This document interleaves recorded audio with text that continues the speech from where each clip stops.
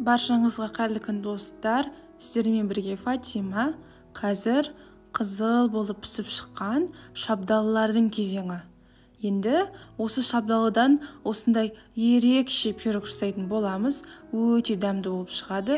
Ендеше жасауды бастайық. Ең алдымен пирогымыздың қамырын жасап алайық. Бізге бір жұмыртқа мен шекер керек. Ол екеуін қосып, жақсылап тұрып араластырамыз.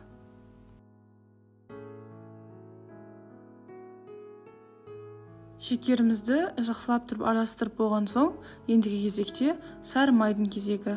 Бұл жерде біздің сары майымыз осындай жұмсақ, бөлме температурасында болу қажет. Достар, осы шабдалы пирогының рецептісін мен видеоның астына қалдырып кетемін, сол жерден көріңіздер. Майымызды жақсылап тұрып араластырып болған соң, оның кезегі. Ұнды міндетті түрде електен өткізіңіздер. Сонда сіздердің ұндарыңызға ауа кіретін болады. Біздің пісірейін деп жатқан пирогымыз көтерілетін болады.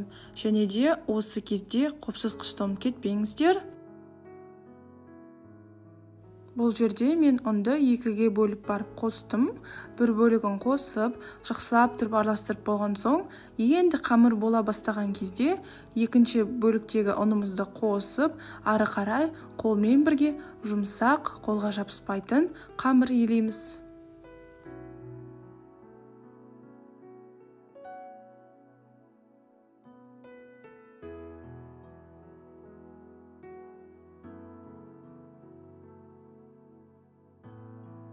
Міне достар, бізде осындай қолға жабыспайтын қамыр болу қажет.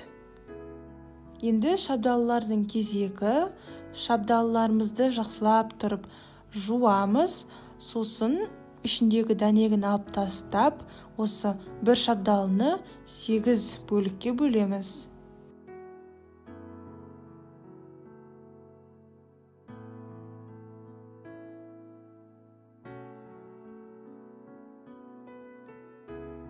Міне шабдалыларымды кесіп болдым.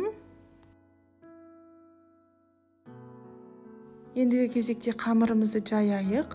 Менің сіздерге лайфхагым, осы қамырды жаятын кезде астына осындай пергамент қағазын төсеңіздер, сосын үстіне осылай жаясыздар. Кейін осы қамырларыңызды, яғни жабыспайды, жабыспай оңай ала аласыздар.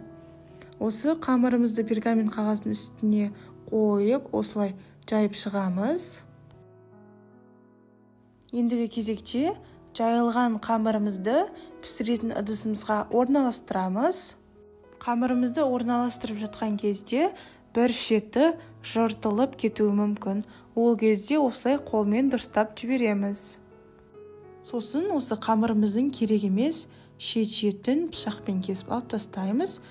Міне енді қамырымыз жайып болған соң, оның үстіне бағанағы алдын ала кесіп қойған шабдалыларымызды осылай қатарынан видеода көрсетілгендей қойып шығамыз.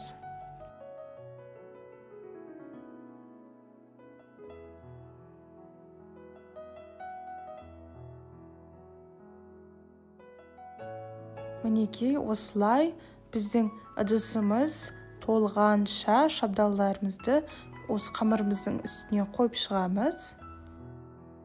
Енді осы пирогымыздың үстіне шекерімізді сеуіп шығамыз. Осы шекер пирогымыздың бүкіл жерінде себілу қажет. Шекерімізді сеуіп болған соң, осы пирогымыздың шет-шеті бар емес пе, сол шет-шетін осы видеодағыдай қайырып шығамыз. Мінекей бүкіл шетін қайырып болған соң, енді осы пирогымыздың шет жағын жұмыртқаның сарысымен жағып шығамыз. Жұмыртқаның сарысын бүкіл шетіне жағып болған соң, осы пирогымызды қызып тұрған пеште 190 градуста 40-45 минут арасында пісіріп аламыз. Міне біздің пирогымыз пісіп шықты. Осылай шет жағы қызарып пісуі қажет.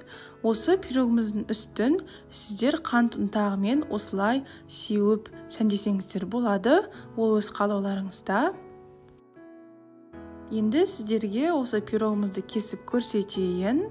Бұл пирогтың асты, яғни қамыры песочный болып шыққан, ал үсті шабдалының дәмі береді, яғни кішкене қышқылдау және де қышқыл тәтті дәм береді. Өте дәмді болып шыққан, өте ерекше пирог деп атауға болады. Достар, осы пирогтың құр өзін жесеңіздер де болады, немесе осы пирогтың үстіне балмұздақ қосып жесеңіздер 2 есе дәмді болады. Ол өз қалауларыңызда. Сіздермен болған Фатима. Менің каналыма тіркеліп, лайк басып, комментария жазып кетіңіздер. Келесі видеода кездескенше.